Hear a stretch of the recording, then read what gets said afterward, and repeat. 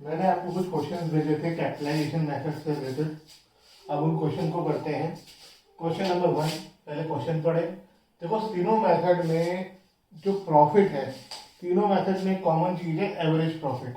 Average profit का concept same है, लेकिन ज्यादातर जो एवरेज प्रॉफिट मेथड है उसमें आता है कि नॉर्मल प्रॉफिट या नॉर्मल गेन रिम्यूनरेशन, ऐसा कोई रूल नहीं है कि वो इनमें नहीं आ सकता। अगर आपको कोई एबनॉर्मल गेन या एबनॉर्मल लॉस दे रखा है तो उस प्रॉफिट को एडजस्ट करके ही आप क्या कहते हैं प्रॉफिट निकालेंगे, एवरेज प्रॉफिट। अब क्वेश्चन पढ़ो। क्वेश्चन में आपको एवरेज प्रॉफिट गिवन है, normal rate of return given है, गुडविल कैलकुलेट करनी है capitalisation of average profit method से। अगर नेट एसेट्स या नेट वर्थ, जो वर्ड है वो कैपिटल एम्प्लॉयड के लिए यूज होता है, नेट एसेट्स या नेट वर्थ। तो यहां पर आपको तीन चीजें गिवन है, average profit, normal rate of return और कैपिटल एम्प्लॉयड। देखो यहाँ पर एसेट्स नहीं है, नेट एसेट्स है। नेट एसेट्स का मतलब होता है एसेट्स माइनस लायबिलिटी यानी कैपिटल एम्प्लॉयड। तो ये कैपिटल एम्प्लॉयड है। नेट हमेशा कुछ माइनस करने के बाद ही होता है। अब हमें कैपिटलाइजेशन ऑफ एवरेज प्रॉफिट से ये काम करना है, तो हमें एवरेज प्रॉफिट को कैपिटलाइज करना है। एवरेज प्रॉफिट को कैपिटलाइज करने का मतलब ये हुआ कि एवरेज प्रॉफिट को एनआरआर से डिवाइड करना। जिसको भी कैपिटलाइज करना हो उसे एनआरआर से डिवाइड कर दिया जाता है। और जब हम इसको एनआरआर से डिवाइड करेंगे तो हमारे पास क्या आता है, नॉर्मल कैपिटल। जब आप बुक्स उठाएंगे, बुक्स में इसके लिए वर्ड यूज किया हुआ है कैपिटल नॉर्मली रिक्वायर्ड। मैंने इसे थोड़ा सा शिफ्ट कर दिया ताकि आपको याद रहे। ठीक है, अब इसे वैल्यू पुट करो। एवरेज प्रॉफिट है 1 लाख, रेट है 10% और 10% का ही 100 जो है यहाँ लिखा गया है, तो ये आ जाएगा 10 लाख। जैसे 10% निकालने पर एक जीरो कम हो जाता है, तो 10% का उल्टा करने पर एक जीरो बढ़ जाएगा। उसके बाद हम निकालेंगे, हम कैपिटल एम्प्लॉयड मालूम है तो हम सीधा गुडविल निकाल लेंगे। Goodwill equals to normal capital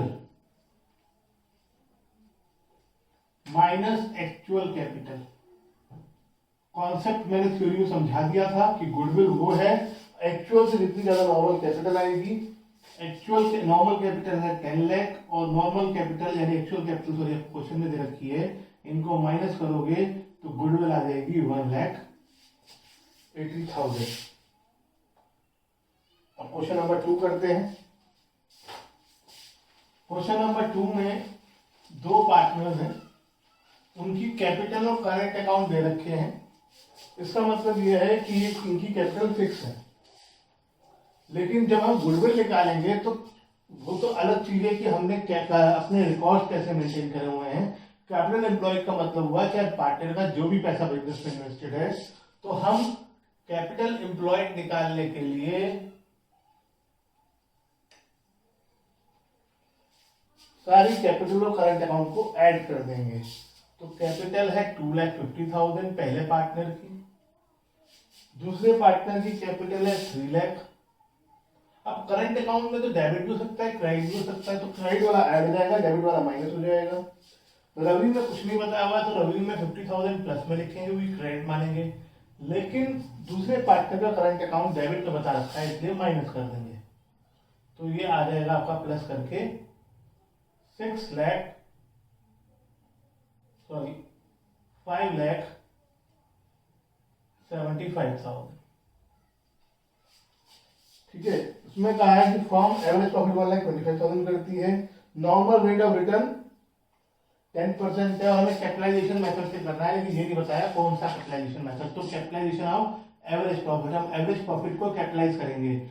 average profit को कैपिटलाइज करने का मतलब एवरेज प्रॉफिट को एनआरआर से डिवाइड, जिसको भी कैपिटलाइज करना हो उसे एनआरआर से डिवाइड कर देंगे, और इससे क्या आएगा, नॉर्मल कैपिटल। मैं फिर याद दिलाता हूं, कैपिटल एम्प्लॉयड को जब हम एनआरआर से मल्टीप्लाई कर रहे थे नॉर्मल प्रॉफिट आ रहा था, उल्टा करेंगे एवरेज प्रॉफिट को एनआरआर से डिवाइड करेंगे तो कैपिटल एम्प्लॉयड आएगी। एवरेज प्रॉफिट दे रखा है 1,25,000, एनआरआर का रेट इसमें भी 10% है, ये आ गया 12,50,000। और goodwill average profit minus, sorry यहां पर goodwill normal capital minus actual capital. Normal capital है 12,50,000, एक्चुअल कैपिटल है 5,75,000। इन्हें माइनस करोगे तो 6,75,000 कैपिटल आ जाएगी, गुडविल आ जाएगी।